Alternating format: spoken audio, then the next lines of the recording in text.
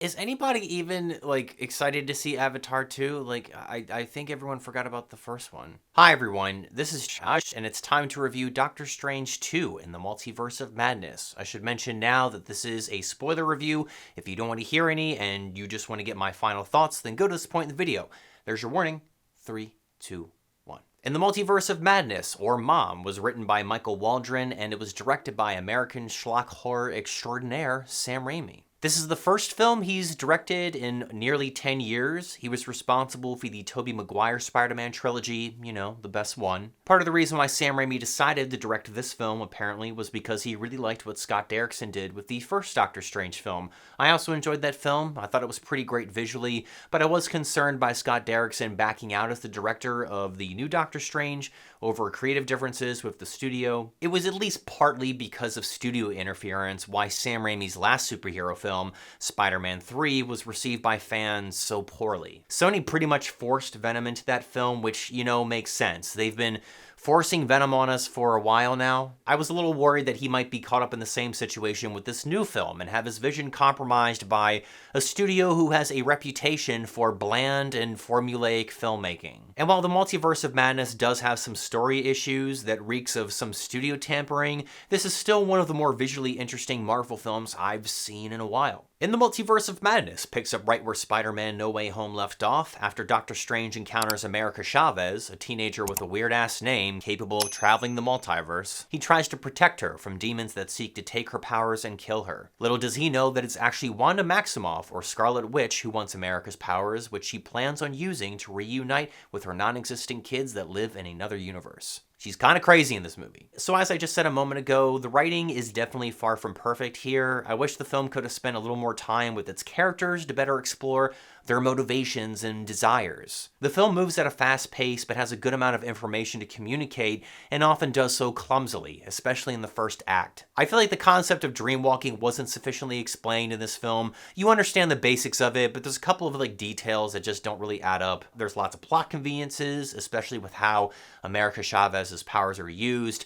The film also doesn't explore the multiverse as much as I feel they could have. I don't understand why Vision or a husband isn't present in the alternate universe where we see a variant of Wanda who's happy with her 2 boys, which were in WandaVision. Vision is probably the most important person in Wanda's life, so I felt like having him there could have added some additional dramatic weight. Maybe. But I didn't go into this film expecting an airtight script. We haven't really gotten that with the past 2 Marvel films that have come out. I just wanted to watch something that wasn't bland and had some kind of personality. And in defense of Michael Waldron, I feel like these films are getting so hard to write with how they need to balance the story of all the old and new properties that Marvel keeps churning out like a fucking factory farm to satisfy die-hard fans while also not alienating casual moviegoers who don't know anything about any of this shit. And one thing I can give this film that I can't give the last 2 Marvel films I saw, being No Way Home and The Eternals, is that at least it has a unique vision that gives me something much different than what I'm used to seeing from Marvel. While it does seem like some compromises may have been made with the studio, Sam Raimi is still able to go pretty wild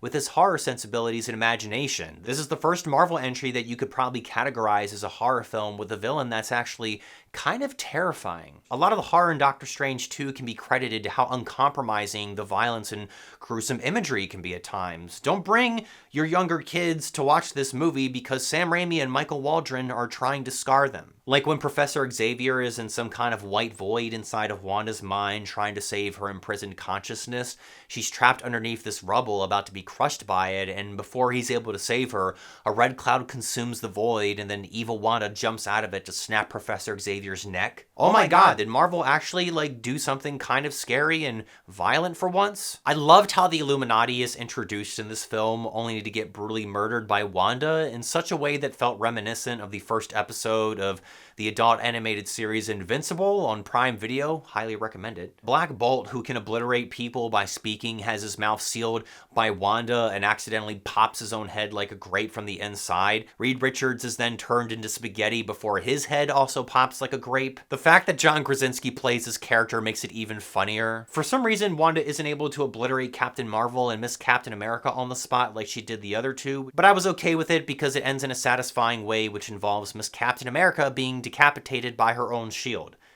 amazing. After watching the fan service circle jerk that was Spider-Man No Way Home, I found it to be pretty hilarious and refreshing to see Sam Raimi kill off these characters in a way that almost felt like a big you to everyone who wanted to see the Illuminati. Sam Raimi is known for not taking his films so seriously, and I feel like he kind of takes the same approach with Multiverse of Madness. He straight up trolls us with the post-credits scene when Bruce Campbell stops punching himself and says, "It's over!" It almost felt like Sam Raimi was making fun of us for sticking around that long. Anyway, I really appreciated that Sam Raimi, and the studio for that matter, wasn't just throwing out red meat to the fans, which they could have very easily done the whole time. What I enjoyed most about this film is how much flavor the visuals have. Doctor Strange kind of set a tough bar to surpass with all the really cool psychedelic mirror dimension scenes in that film that were often really impressive and grand. While the visuals in Multiverse of Madness doesn't necessarily reach the same scale as consistently as the first Doctor Strange film, there's so many parts in this sequel that's rich with all of these different techniques and ideas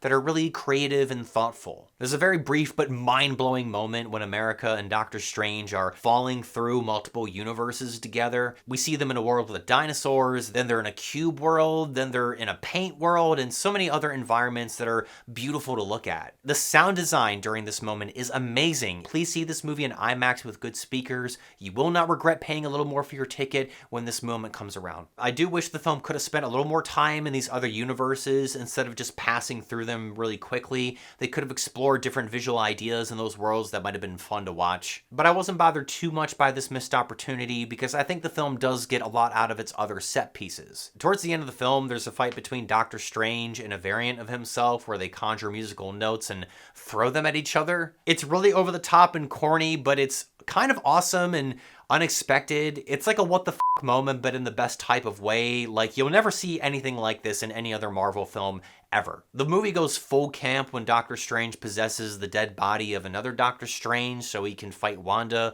with the souls of the dead. The scene of dead Doctor Strange talking to America was really funny to me. He's like missing half of his jaw and is still somehow able to pronounce everything he's saying correctly. There's a lot of other smaller scenes where the visuals shine, like when Morrow poisons Doctor Strange and the frame literally starts to warble around. The film could have very easily just had Benedict Cumberbatch and the other actress kind of just act out them being poisoned instead of manipulating the visuals in some way. But because this is Sam Raimi, he's going to try to spice up the visuals as much as he can to communicate the feelings and emotions of these characters. Now, the visuals aren't always perfect. There's a really glaring continuity error where the same extra with the suitcase runs past Doctor Strange in like 4 different cuts.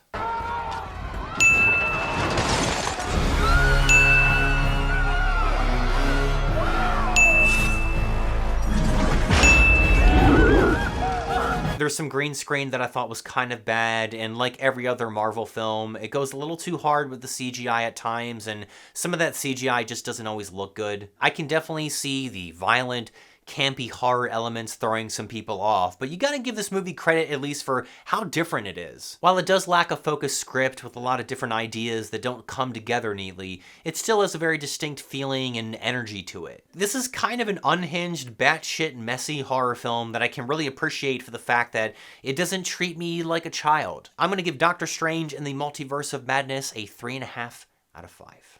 Thanks for watching, everyone. I really appreciate it. Let me know what you thought about Doctor Strange and the Multiverse of Madness in the comment section below. Feel free to leave a recommendation on a film, TV show, or subject that I should discuss next while you're down there. If you like what you see, then make sure you hit the like button, subscribe to the channel, and hit the bell for notifications so you can know when I drop the next video. Thanks again, everybody. I will see you later. Until then, take it easy, and yeah, I'm getting out of here.